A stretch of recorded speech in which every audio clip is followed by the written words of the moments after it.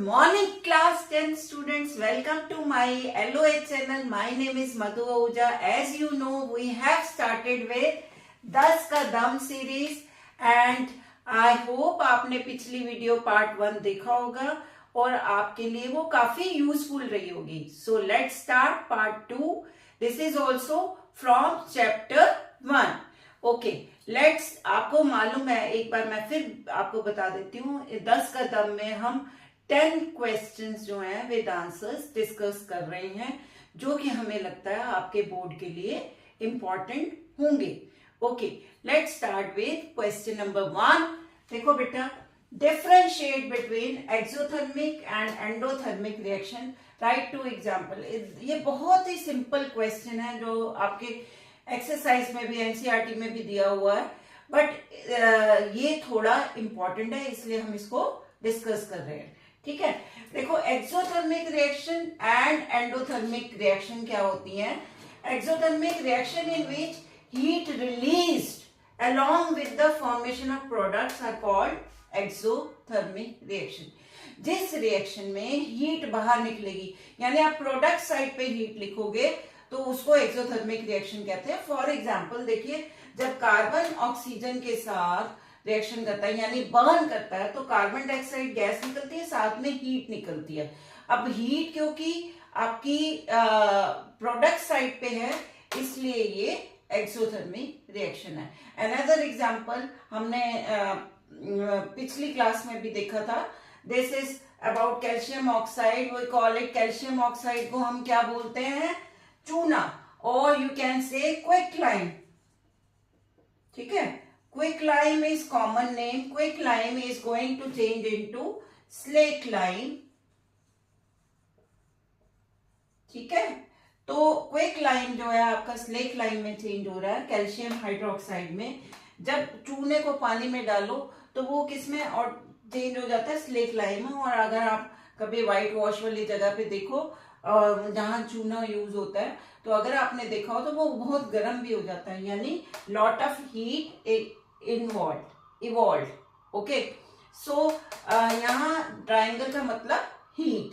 Okay, now come to endothermic reaction in which energy is absorb.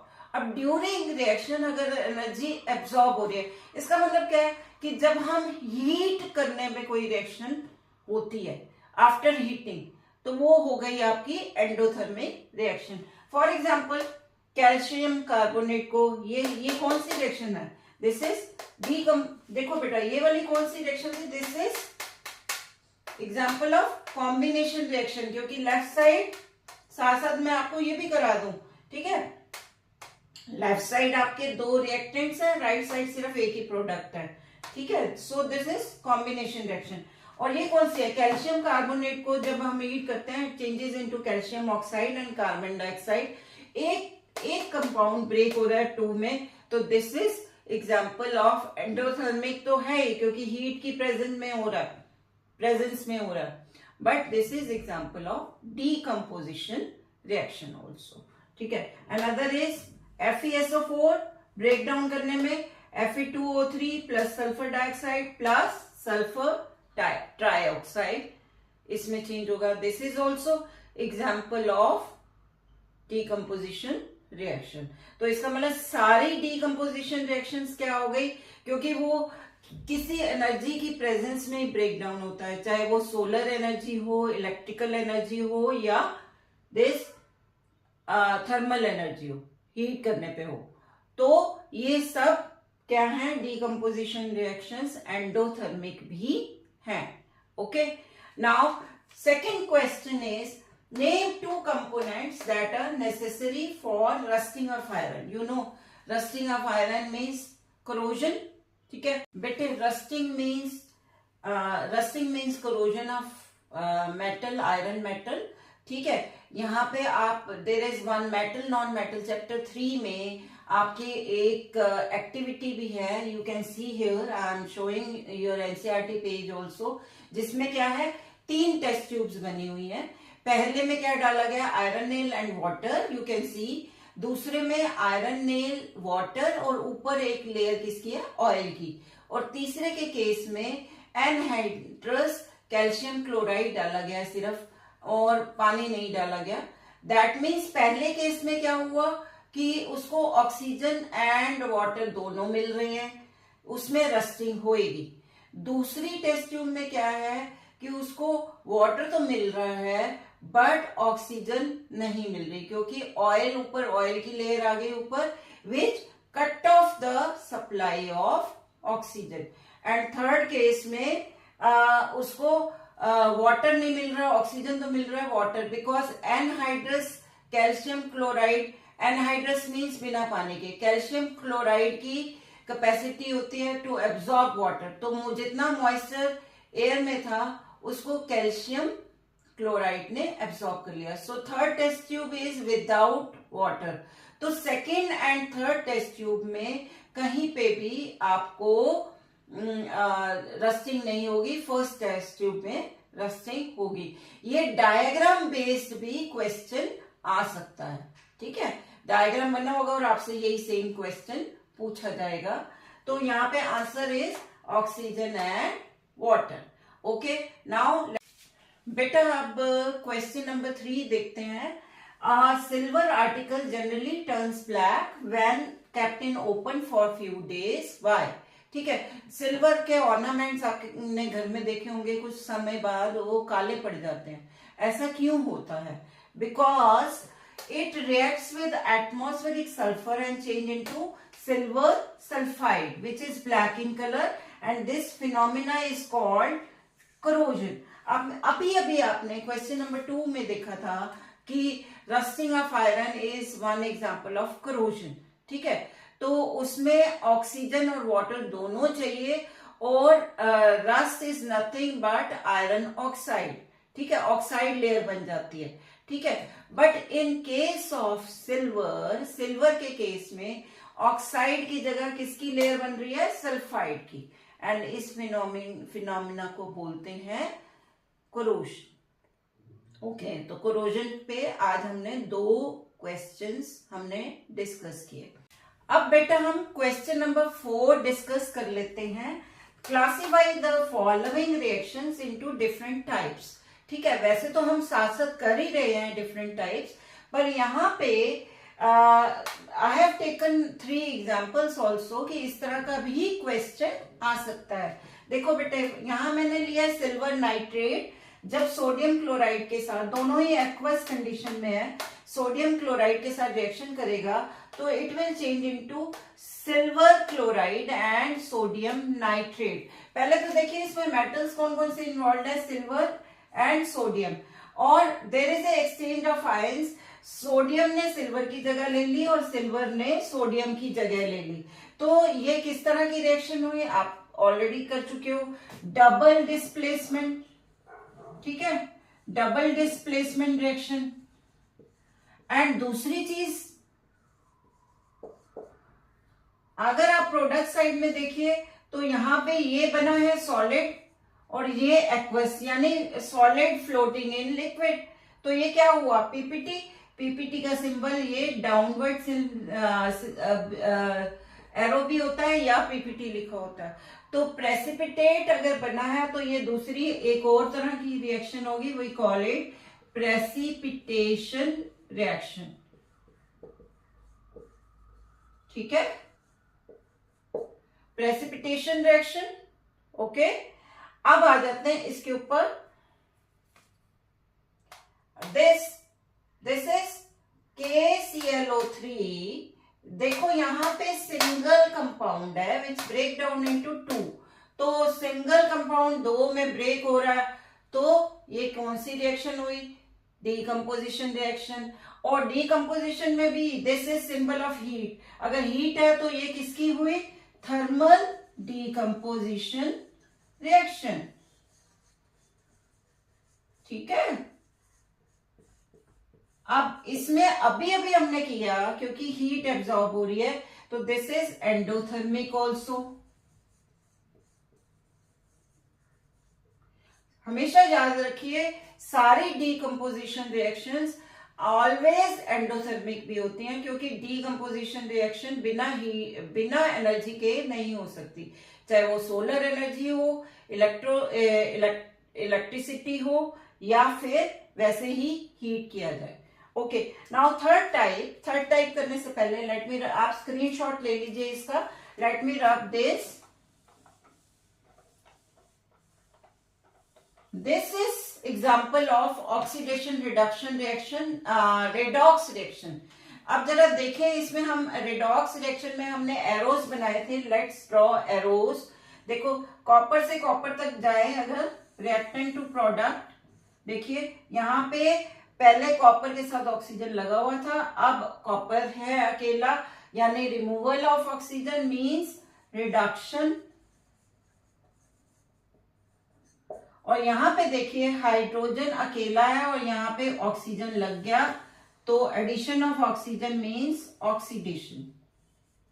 तो एक ही reaction में ऑक्सीडेशन रिडक्शन हो रहे हैं, तो दिस इज रेडॉक्स रिएक्शन। आप ऑलरेडी कर चुके हो, ठीक है। Okay, now come to question number 5। अब बेटा क्वेश्चन नंबर 5 डिस्कस करते हैं। You can see identify P, Q and R in the following. अब आप पहले ऑलरेडी कर चुके हो, balance the following equations. Same है, इसका स्टाइल डिफरेंट है। यहाँ पे आपका P, you can see first equation, lead oxide hydrochloric acid से रिएक्शन कर रहा है, तो lead chloride, chlorine gas and water बन रहा है। और इसमें पहले ये नंबर लगे हुए हैं पी, क्यू एंड आर। ये कुछ नहीं है, ये बैलेंस करना है आपको, यानी पी बैलेंस करके यहाँ पे क्या आएगा, ठीक है, यहाँ पे क्या आएगा और यहाँ पे क्या आएगा। I have already written answers. I think आपको बैलेंसिंग आती है। मुझे ऐसा लगता है कि बैलेंसिंग आपका शुरू में सबसे पहले क्लास 10th में बैलेंसिंग ही सिखाई जाती है, वो आपको आती होगी, ठीक है। इन केस आपको नहीं आती तो आप मुझे कमेंट में लिखिए, I will explain you once again in some other class. Okay, अब आ जाइए सेकेंड। हेयर ऑल्सो आयरन जब वाटर से रिएक्शन करता है तो iron oxide plus hydrogen gas बन रही है यहाँ पे, और यहाँ पे again P, Q and R. मतलब ये सिंपल बैलेंसिंग का आपका क्वेश्चन है। You have to write balance equation, ठीक है। तो ऑलरेडी मैंने इनके आंसर लिखे हुए हैं यहाँ पे, ये बैलेंस करके इनके आंसर्स आएंगे। Okay, now come to question number 6। On whitewashing the walls of a room on whitewashing the walls of a room with calcium hydroxide, after drying they give shiny look। आप अगर कई बार आपने देखा है कि जहाँ पे चूने से व्हाइट वॉशिंग होती है, बहुत ही सस्ती वाली व्हाइट वॉशिंग की जाती है, तो चूने में ही कोई कलर मिला के और उसको पानी में डिजोल्व किया जाता है। चूना is nothing but calcium oxide, आप ऑलरेडी कर चुके हो। जिसमें पानी डलेगा तो वो किस में चेंज हो जाएगा, कैल्शियम हाइड्रोक्साइड। ये आप ऑलरेडी कर चुके हो बेटा, अभी पिछली आंसर में भी मैंने कराया है, ठीक है। तो चूना इज कैल्शियम ऑक्साइड, और यू कैन से क्विक लाइम में वाटर डालेंगे तो it will change into calcium hydroxide. उसको दीवार पे लगा देते हैं, उसमें समटाइम्स क्या डालते हैं, नील डाल देते हैं, तो नीला कलर आ जाता है, ठीक है, और व्हाइट ही कर देते हैं। तो इन दैट केस क्या होता है, कुछ दिनों बाद अराउंड 2-3 डेज क्या होता है, उसमें शाइनी अपीयरेंस आ जाती है। वाई, ठीक है, because calcium hydroxide react slowly with carbon dioxide in the air to form a thin layer of calcium carbonate. अरे भाई, इसमें क्या होता है कि calcium hydroxide atmospheric carbon dioxide से स्लोली रिएक्शन करके it will change into calcium carbonate plus water. ये क्या है, calcium carbonate. Calcium carbonate is nothing but marble, and you know marble में शाइनी अपीयरेंस होती है। ओके, अब हम क्वेश्चन नंबर 7 डिस्कस करते हैं। अब बेटा क्वेश्चन नंबर 7 देखिए। अब हम साथ के साथ एमसीक्यू एंड असर्शन रीजनिंग भी कर लेते हैं, ठीक है। So question number 7 here is MCQ. Electrolysis of water is a decomposition reaction.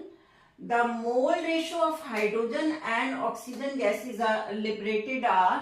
देखो अभी अभी हमने किया है, अब मैंने जब आपको डीकम्पोजिशन रिएक्शन समझाई थी तो अभी अभी मैंने आपको कहा था कि वाटर जो है in the presence of electricity it breaks down into H2 plus O2 और जब हम इसको बैलेंस करेंगे तो it will be like this, ठीक है। तो यहां पे how many mole of hydrogen 2 and oxygen कितने मोल है 1, यानी कितने रेशियो में आया है 2:1। This is your answer. Clear, बहुत सिंपल है। Okay, now next, which of the following is not exothermic reaction? इनमें से ये सारे आपके एनसीईआरटी के ही हैं, बट इंपॉर्टेंट वन मैं आपको करा रही हूं। इसमें which of the following is not exothermic reaction? इनमें से कौन सी रिएक्शन ऐसी है जो कि एक्सोथर्मिक रिएक्शन नहीं है? Exothermic means release of energy. Dilution of acid, of course ये तो एक्सोथर्मिक है। आपको पता है जब हमने डाइल्यूशन पढ़ा था तो उसमें हमने कहा था कि पहले पानी डालना, डाइल्यूट करते समय पहले पानी डालना चाहिए, फिर एसिड ड्रॉप बाय ड्रॉप डालना चाहिए। अगर हम उल्टा कर लेंगे, पहले एसिड डाल लेंगे और ऊपर फिर पानी डालेंगे डाइल्यूट करते हुए, तो ये हमारे फेस के ऊपर स्प्लैश करेगा और बर्न हो सकता है, because it is highly exothermic reaction, lot of heat comes out, okay, ठीक है। देन रेस्पिरेशन तो हम ऑलरेडी पिछले पार्ट 1 में पढ़ चुके हैं। Why respiration is called exothermic reaction, बिल्कुल ये भी एक्सोथर्मिक है, ठीक है। Now dilution of calcium hydroxide, ये तो कितनी बार हम कर चुके हैं कि कैल्शियम ऑक्साइड को जब पानी में मिलाते हैं तो this changes into calcium hydroxide, plus साथ में क्या निकलती है, हीट निकलती है। तो this is also exothermic reaction, okay. Then break down of water in the presence of electricity, water का हाइड्रोजन और ऑक्सीजन में ब्रेक होना in the presence of electricity. यहां तो भैया ये एक्सोथर्मिक नहीं है, बल्कि किसका एग्जाम्पल है, एंडोथर्मिक का। यहां पे एनर्जी यूज हो रही है। सो यहां पे आपका आंसर आ गया this one, D. This is not exothermic reaction. बेटा अब हम क्वेश्चन नंबर 9 एंड 10 करने वाले हैं, असर्शन एंड रीजनिंग। मैं चाह रही हूं कि हर वीडियो में हम एमसीक्यू और असर्शन रीजनिंग की भी साथ साथ प्रैक्टिस कर लें, ठीक है। अब यहां देखिए, पहले आपको A B C D options मैं आपको यहां सामने स्क्रीन पे भी दिखा रही हूं, and I have written here in short form here also. आप स्क्रीन पे देख सकते हैं कि जब आपको चूज करना है ए बी सी डी तो वो क्या ऑप्शंस होने चाहिए। ए क्या है कि जब assertion is correct and reason is also correct, और रीजन जो है असर्शन का करेक्ट एक्सप्लेनेशन होना चाहिए, ठीक है। B is assertion is correct, reason is also correct, पर रीजन जो है असर्शन का करेक्ट एक्सप्लेनेशन नहीं है, okay. C is assertion is correct but reason is wrong, and D is assertion is wrong and reason is correct. ठीक है, ये सामने शॉर्ट में आपके पास ये लिखे हुए हैं और मैं स्क्रीन में आपको प्रिंटेड वाला भी दिखा रही हूं साथ में, उसका स्क्रीनशॉट ले लीजिए. ठीक है, अब लेट्स डिस्कस क्वेश्चन नंबर 9. ठीक है, तो अब हम आ जाते हैं, पहले आपको ये वाला असर्शन आपका सही है या गलत है. देखो यहाँ पे हम let's make, I have written this example जो अभी मैंने पहले भी दिखाया था आपको. यहाँ पे कॉपर से लेके कॉपर तक ऑक्सीजन रिमूव हो रही है, तो ये हो गया आपका रिडक्शन. ठीक है, और हाइड्रोजन से वाटर तक ये हो गया ऑक्सीडेशन। अब हमने 4 टर्म्स पढ़ी थी, substance oxidize, substance reduce, oxidizing agent, reducing agent. देखो सब्सटेंस ऑक्सीडाइज, दिस यहां से शुरू हो रहा है, ये वाला तो सब्सटेंस आपका ऑक्सीडाइज है,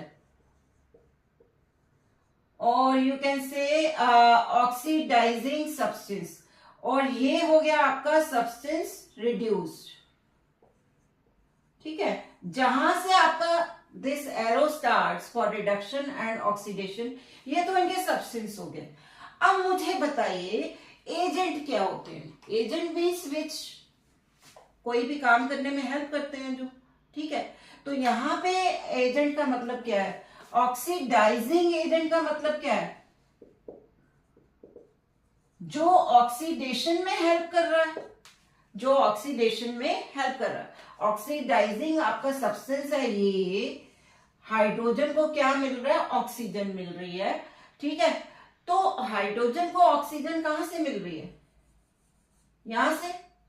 तो इसका एजेंट क्या हो गया? CuO।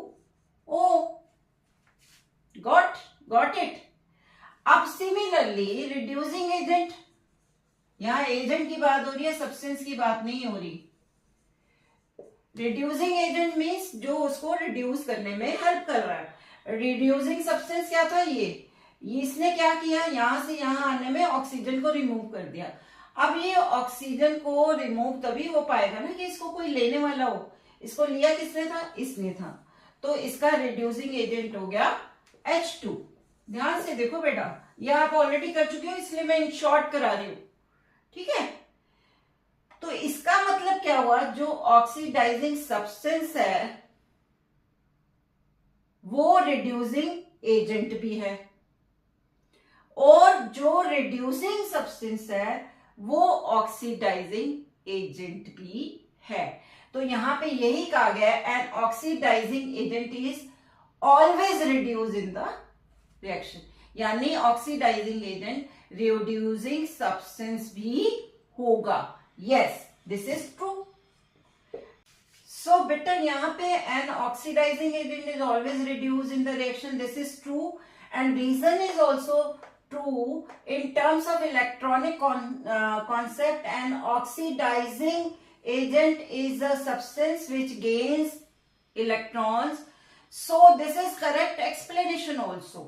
This is true and correct explanation. So your answer will be A. आपका आंसर आ जाएगा A.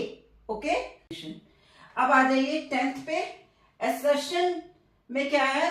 Chips manufacturer flush bags of chip with oxygen.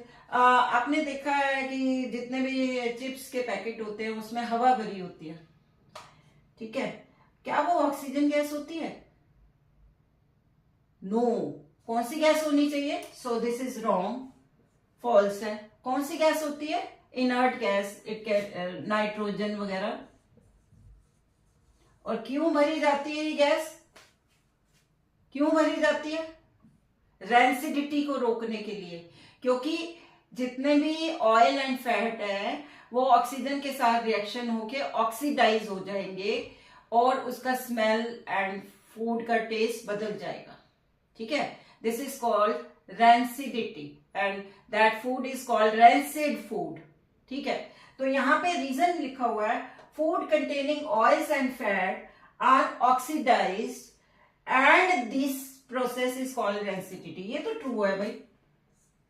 assertion is wrong but reason is correct, that means D part। so answer is D।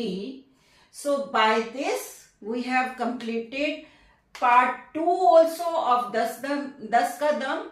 so tomorrow we will cover next 10 more important questions। If you like my video, then please like, share and subscribe।